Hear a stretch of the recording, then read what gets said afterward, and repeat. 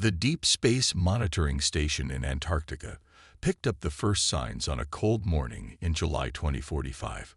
What started as unusual readings on their long-range sensors quickly turned into the most important discovery in human history. Dr. James Miller was drinking his third cup of coffee when the alert came through. His eyes widened as he studied the data streaming across his screens.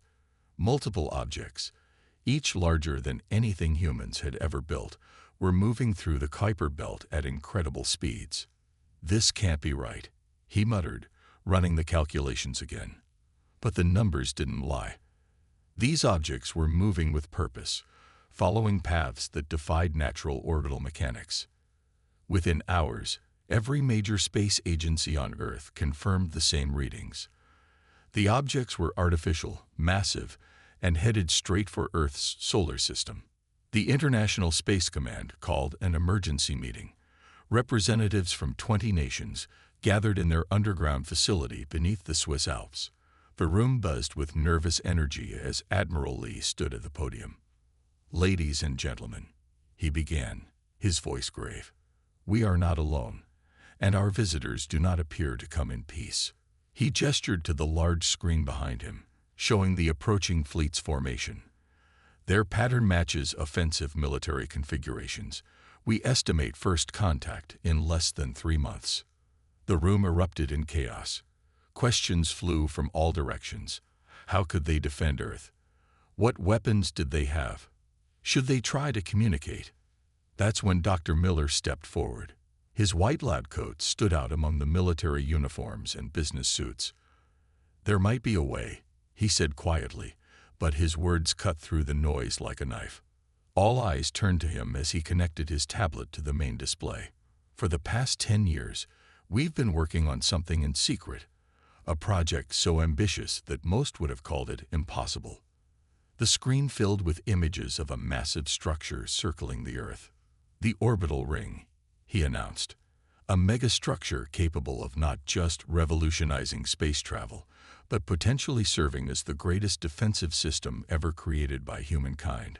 The room fell silent as Miller explained. The ring was more than just a space station or weapon platform. It was a complete circle around Earth's equator, held in place by a combination of centrifugal force and electromagnetic fields. Its primary purpose had been to serve as a space elevator and research platform, but its true potential was far greater. "The ring can generate gravitational fields strong enough to deflect or trap anything approaching Earth," Miller explained. "We just need 2 more months to bring it fully online." Admiral Lee leaned forward. 2 months. "The aliens will be at Mars by then." "Then we'll have to be ready," Miller replied. "We've kept this secret for a decade. Now it's time to show the world what we've built." The next few days saw the biggest public announcement in history. As panic spread across the globe, governments worldwide revealed the existence of the orbital ring. Images of the massive structure, barely visible from Earth as a thin line across the sky, filled every screen. Military forces mobilized worldwide. The ring's construction crews worked around the clock, rushing to complete the final connections. Dr. Miller barely slept, coordinating with teams across the globe to bring the ring's defensive systems online. Time was running out. The alien fleet had already passed Jupiter, their massive ships now visible through Earth's most powerful telescopes. Their formation left no doubt about their intentions. This was an invasion force. But for the first time since the objects were detected, hope began to spread. Humans had spent centuries looking up at the stars, dreaming about first contact. Now that it was happening as a nightmare, they were ready to show that humanity wouldn't go down without a fight. As the alien fleet approached Mars, Dr. Miller stood in the ring's main control center, watching the final system checks complete. The largest machine ever built by human hands was about to face its ultimate test. The real question wasn't whether the ring would work, it was whether it would be enough to save Earth from what was coming. 10 years earlier, in 2035, Director Kate Anderson stood at the edge of the massive construction site in the Amazon rainforest. The ground rumbled as huge machines laid the foundation for what would become Earth's first space elevator. But this was just the beginning. The public thinks we're building another launch facility, she said to Dr. Miller, who stood beside her checking data on his tablet. If they only knew we're about to change everything. The Orbital Ring project had started as a wild idea in a small research lab. The concept was simple: build a ring around Earth that could lift people and cargo into space without rockets. But the engineering challenges were enormous.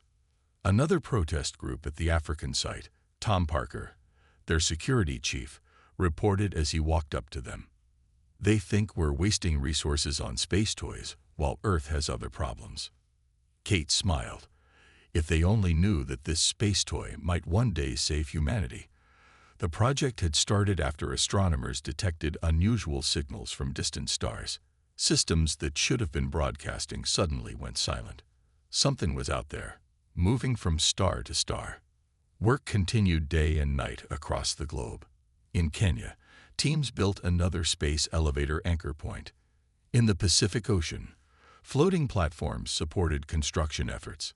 Thousands of workers and engineers, all sworn to secrecy, worked to make the impossible possible. The breakthrough came in late 2037. Dr. Miller's team discovered a way to generate controlled gravitational fields. It's like creating invisible hands that can grab and move anything in space, he explained to the project leaders. We can use this to hold the ring in place and turn it into the biggest defense system ever built.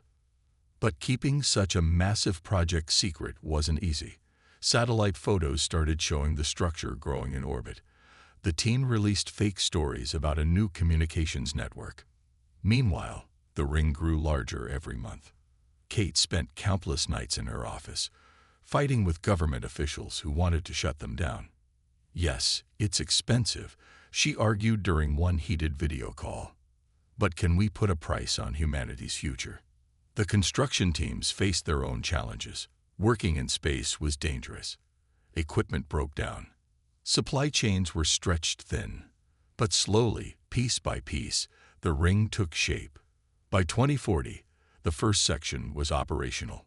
Kate watched with pride as the first elevator car climbed silently into space, carrying construction materials without using a single rocket. This is just the beginning, she told her team. Once it's complete, we'll be ready for anything. They added the defensive systems in secret. Hidden within the ring structure were thousands of gravitational field generators. From the ground, they looked like normal maintenance stations. In space, they were humanity's shield. The project faced its first real test in 2042. A small asteroid approached Earth, and the team decided to use it for a secret test. Using the ring's gravitational fields, they gently pushed the asteroid into a new course.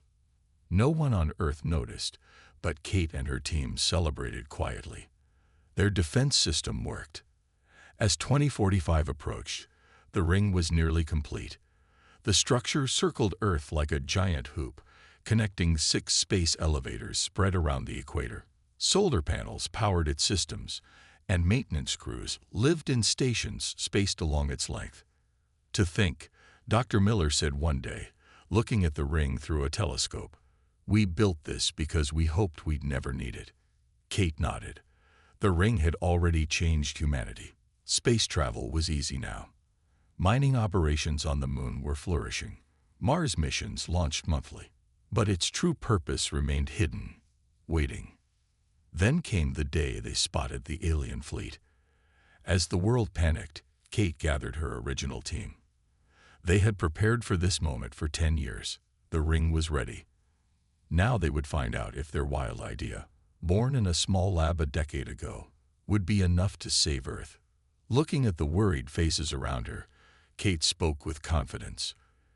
Everything we've built, every secret we've kept, has led to this moment. Whatever's coming, we've given Earth a fighting chance.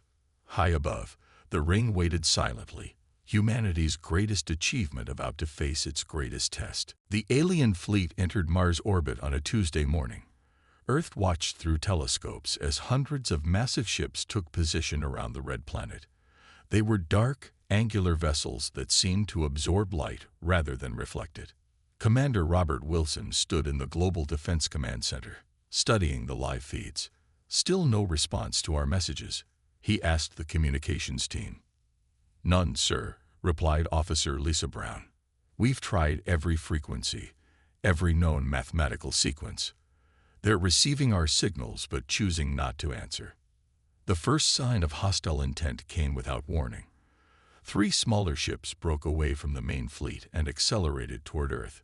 They moved faster than anything humans had ever seen in space. Scout ships, Wilson said, his voice tight. They're testing our defenses. He pressed a button on his command console. All stations, this is not a drill. I repeat, this is not a drill. Around the world, military bases sprang into action. The newest space fighters launched from hidden bases. These were humanity's first line of defense, kept secret for years. They looked primitive compared to the alien vessels, but they carried surprises of their own. The alien scouts reached the moon in hours instead of days. They seemed to ignore the human vessels approaching them, as if they weren't worth noticing. That was their first mistake. All fighters, engage according to Plan Alpha, Wilson ordered. Let's show them what humanity can do. The space battle that followed would be remembered for centuries. The human fighters, though smaller and seemingly less advanced, demonstrated remarkable agility. They carried special weapons developed from the same technology that powered the orbital ring. The first alien scout ship fired energy beams that could have melted through battleships. But the human fighters had shields based on gravitational field technology. The beams deflected harmlessly into space. They didn't expect that. Wilson smiled as he watched the battle unfold. All units, counterattack authorized. The human fighters struck back. Their weapons weren't as flashy as the alien beams, but they were effective. Concentrated gravitational pulses disrupted the alien ship systems. One scout ship spun out of control. Another's engines failed completely. The third scout ship retreated, racing back toward Mars. It had clearly seen enough to report back to its fleet, but that was part of the plan. Let them run, Wilson told his pilots. Let them see that Earth isn't the easy target they expected. In the command center, screens showed the alien fleet's reaction. Ships began moving into attack formation. They had expected to find a primitive world, easy to conquer. Instead, they'd found their advanced weapons countered by technology they didn't understand. Dr. Miller rushed into the command center. The scout ship's attack gave us valuable data, he reported. Their weapons are powerful, but they rely on conventional physics. The ring's gravitational fields should be even more effective against them than our early calculations suggested. Wilson nodded. How long until they launched their main attack? Based on their movement, less than 6 hours, Officer Brown reported. Good, Wilson replied. That gives us time to prepare our surprise. He turned to his communications officer. Send word to all Earth forces. Phase 1 is complete. The enemy has shown their hand, and we're ready for them. Around Earth, military commanders received their orders. The orbital ring hummed with power as final adjustments were made to its defensive systems. Ground-based weapons were charged and aimed skyward. In orbit, the human fighters regrouped. They had lost no ships in the first engagement, though several needed repairs. More importantly, they had proven that humanity could stand against the alien technology. The alien fleet was massive, its ships numerous enough to darken the Martian sky. But Earth was ready. The ring circled the planet like a guardian, its true power still hidden. The real battle was about to begin. Commander Wilson looked at the tactical display, showing the alien fleet's approach. Send one last message to the alien fleet, he ordered. Tell them, this is your final warning. Earth is not yours to take. The message was sent.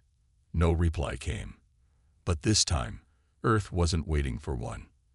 The trap was set, and the aliens were about to learn why humans had survived every challenge their harsh world had thrown at them. The alien fleet's main attack began at dawn.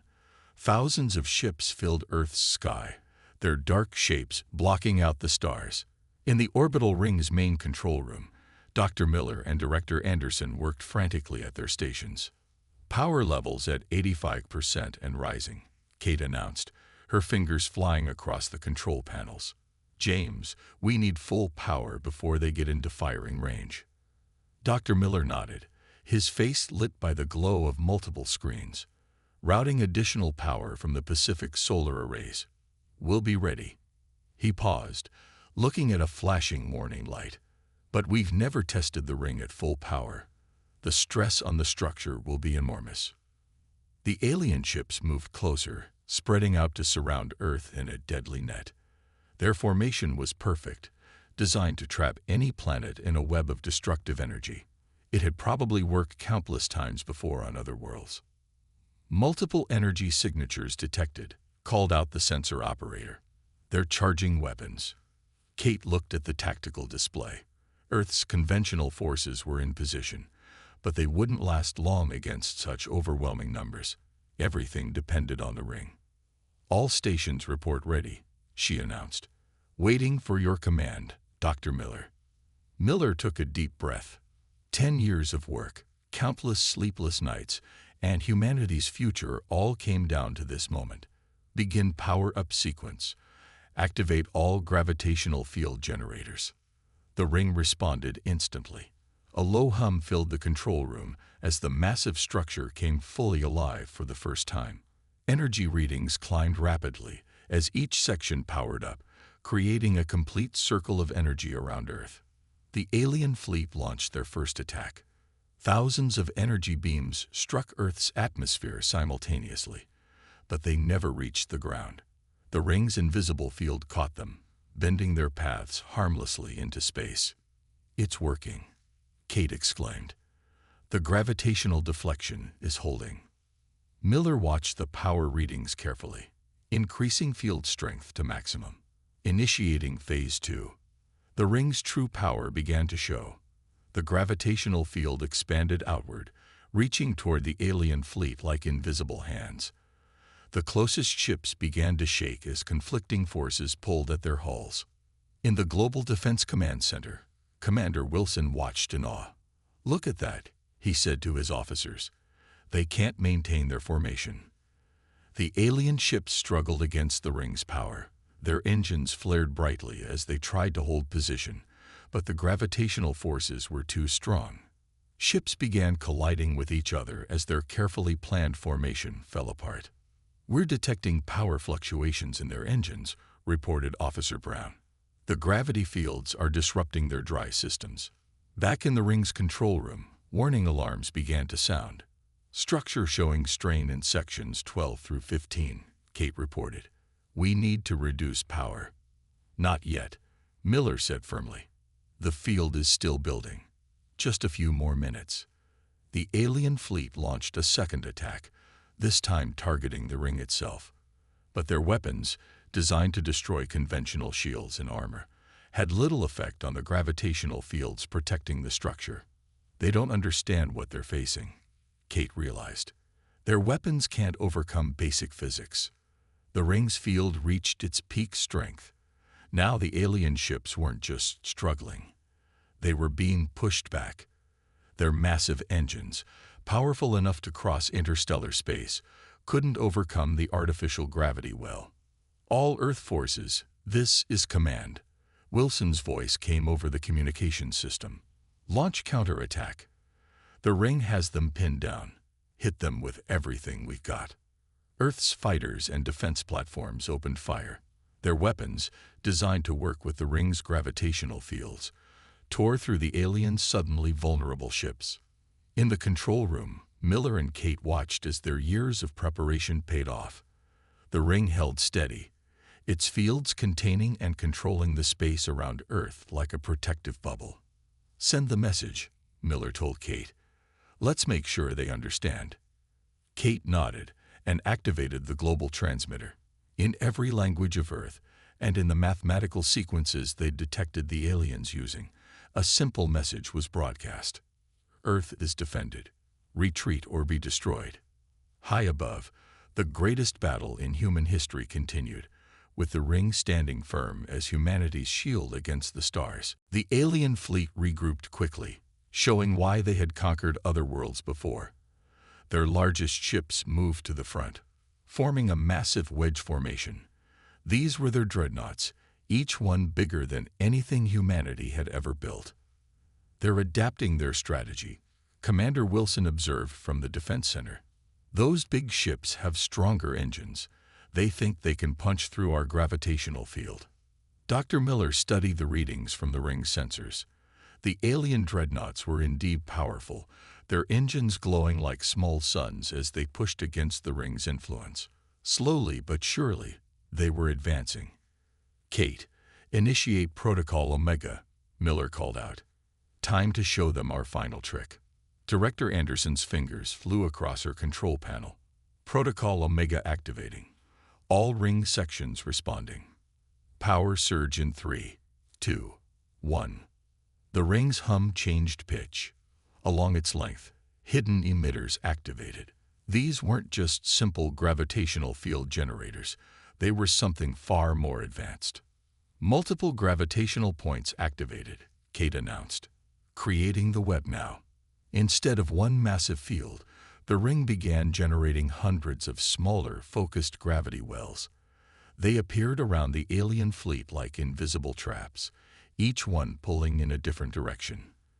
The effect was devastating. The alien ships had been ready for a single, powerful force pushing them back. Instead, they found themselves caught in a complex web of gravitational forces, pulling them in multiple directions at once. "Look at their formation," Wilson said with a grim smile. "It's like watching a castle made of cards collapse." The massive dreadnoughts struggled the hardest. Their powerful engines, fighting against multiple gravity wells, began to overheat. Several ships lost control, spinning helplessly as conflicting forces tore at their hulls. In the ring's control room, Miller watched the power readings carefully. "The strain on the ring is immense," he reported, "but the structure is holding." "Kate, increase power to sections 20 through 25. More gravity wells appeared, carefully placed to create zones where the alien ship's own momentum worked against them. It was like a complex dance, with the ring's operators conducting a symphony of gravitational forces. "We're detecting energy buildup in the alien fleet," Officer Brown reported from her station. "They're trying something big." The alien dreadnoughts fired simultaneously, their weapons combining into a single, massive energy beam aimed at one section of the ring. It was their most powerful attack yet, enough energy to vaporize a small moon. But Miller had expected this. "Activate the mirrors," he ordered. The ring's gravitational fields shifted, creating a curved space that bent the energy beam into a perfect circle. The alien's own attack was turned into a glowing ring of power around Earth, held in place by artificial gravity. "Now send it back," Miller commanded. With precise control, the ring's operators manipulated the captured energy. The glowing ring collapsed inward, then shot back toward the alien fleet as a concentrated beam of their own power. The effect was catastrophic for the invaders. Their shields, designed to resist attacks from the outside, couldn't handle their own energy being turned against them. 3 dreadnoughts exploded in brilliant flashes of light. "Message from the alien fleet," Brown announced excitedly. "They're broadcasting on all frequencies."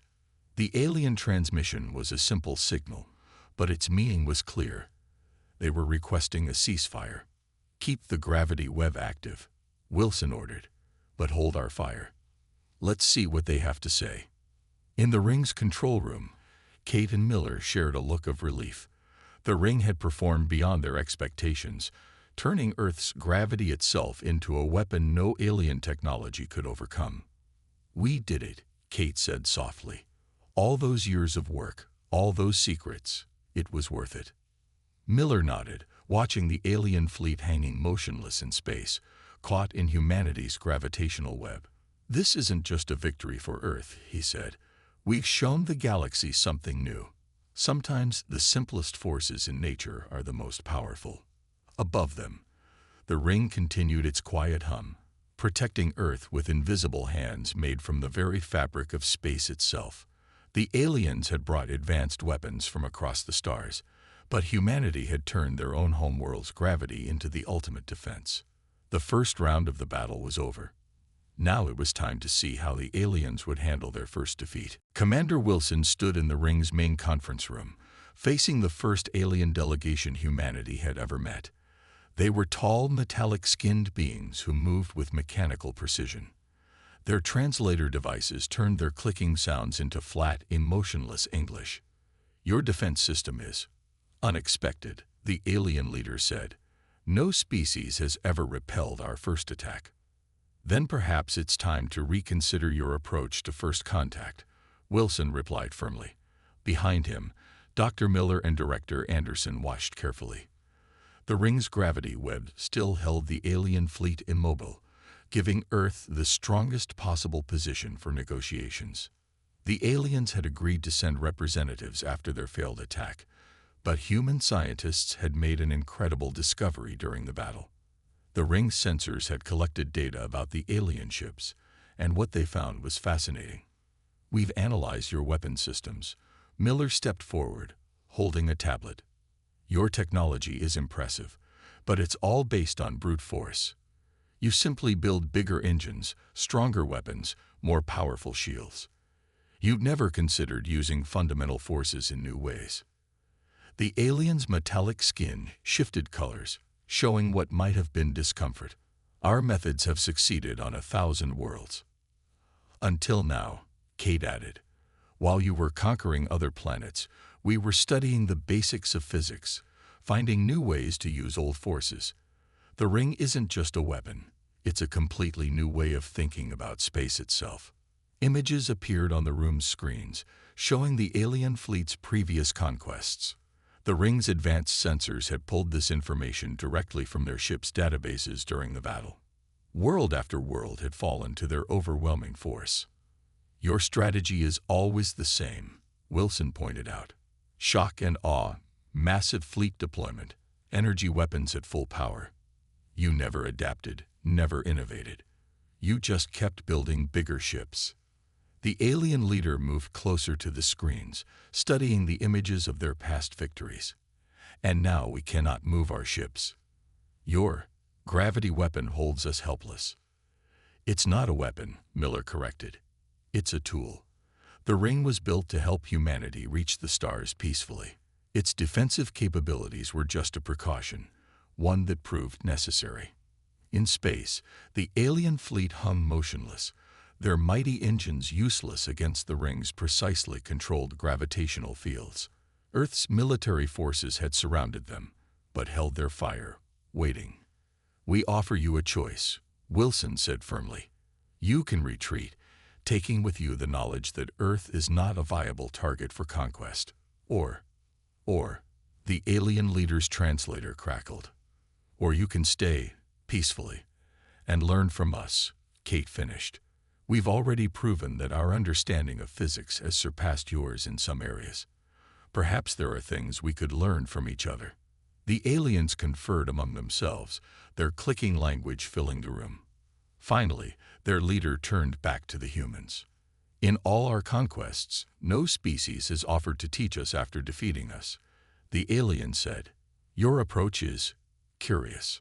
"That's humanity for you," Miller smiled. "We're full of surprises." The aliens made their decision. Most of their fleet would retreat, but they would leave behind diplomatic representatives. For the first time in their history, they would try learning instead of conquering.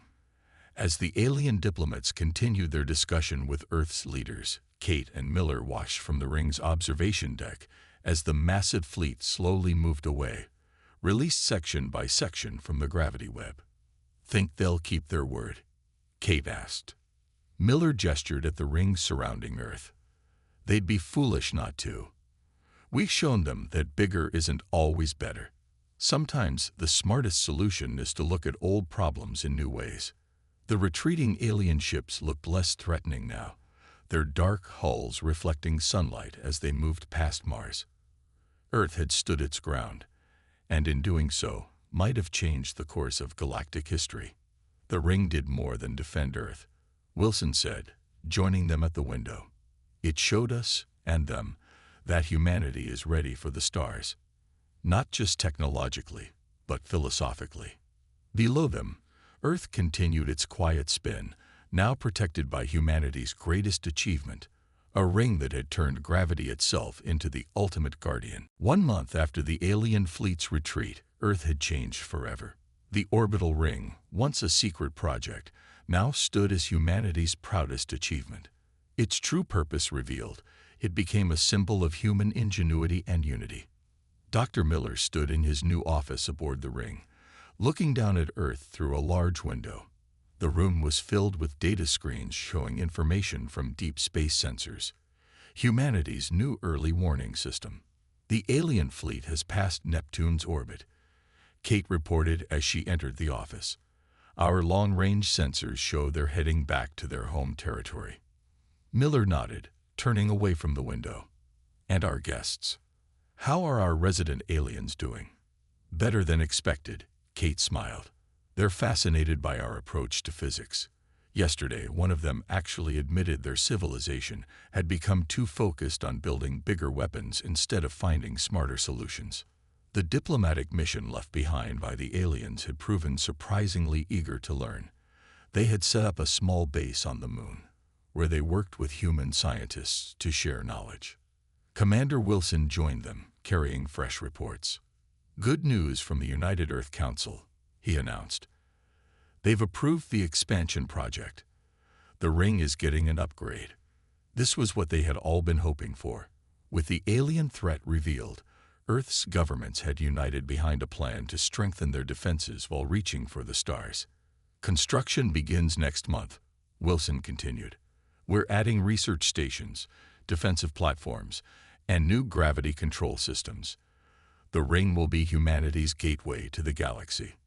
Miller picked up a small device from his desk, a gift from the alien diplomats. It was a star map showing all the worlds their fleet had conquered. Look at this, he said, activating it. Hundreds of civilizations, all defeated because they tried to match the aliens' firepower. But we did something different, Kate added. We used their own momentum against them, turned gravity itself into our shield. Now those other worlds want to learn from us. The star map showed messages arriving from distant planets. The news of Earth's victory had spread, carried by the retreating alien fleet. Other civilizations, long suppressed by the aliens' superior firepower, were reaching out. First contact didn't go quite like we expected, Miller mused. But maybe this is better. Instead of just defending ourselves, we've changed the balance of power out there. Through the window, they could see one of the ring's space elevators in operation, smoothly carrying cargo and passengers to orbit. What had started as a secret defense project was now transforming human civilization. The alien diplomats shared something interesting yesterday, Wilson said. Their leaders have ordered all conquest fleets to stand down. Our victory made them realize their approach was outdated. Kate laughed. Who would have thought? We defeated them by studying basic physics, and now we're teaching them a better way. The ring's new sensors suddenly pinged. Another message was arriving from deep space, from a civilization that had been watching the recent events with great interest. Third contact this week, Miller noted, reading the message. This one's from a world near Alpha Centauri. They want to establish diplomatic relations and trade technology, Wilson guessed. Actually, they want to learn how to build their own ring, Miller smiled. They say it's time their people reached for the stars too. Earth was no longer alone, no longer vulnerable.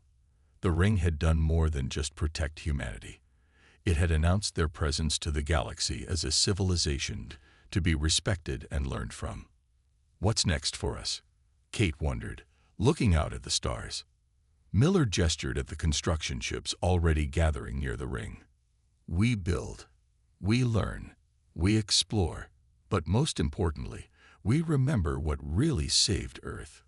Not just the ring, Wilson nodded, but the human spirit that built it. The willingness to think differently, to find new solutions to old problems. Above them, the orbital ring continued its eternal circle around Earth, humanity's guardian and gateway to the stars. The aliens had come expecting an easy conquest, but they had found something else instead. A young civilization that had turned the simplest force in nature into the greatest defense in the galaxy. The future was bright, and humanity was ready for whatever the universe had in store.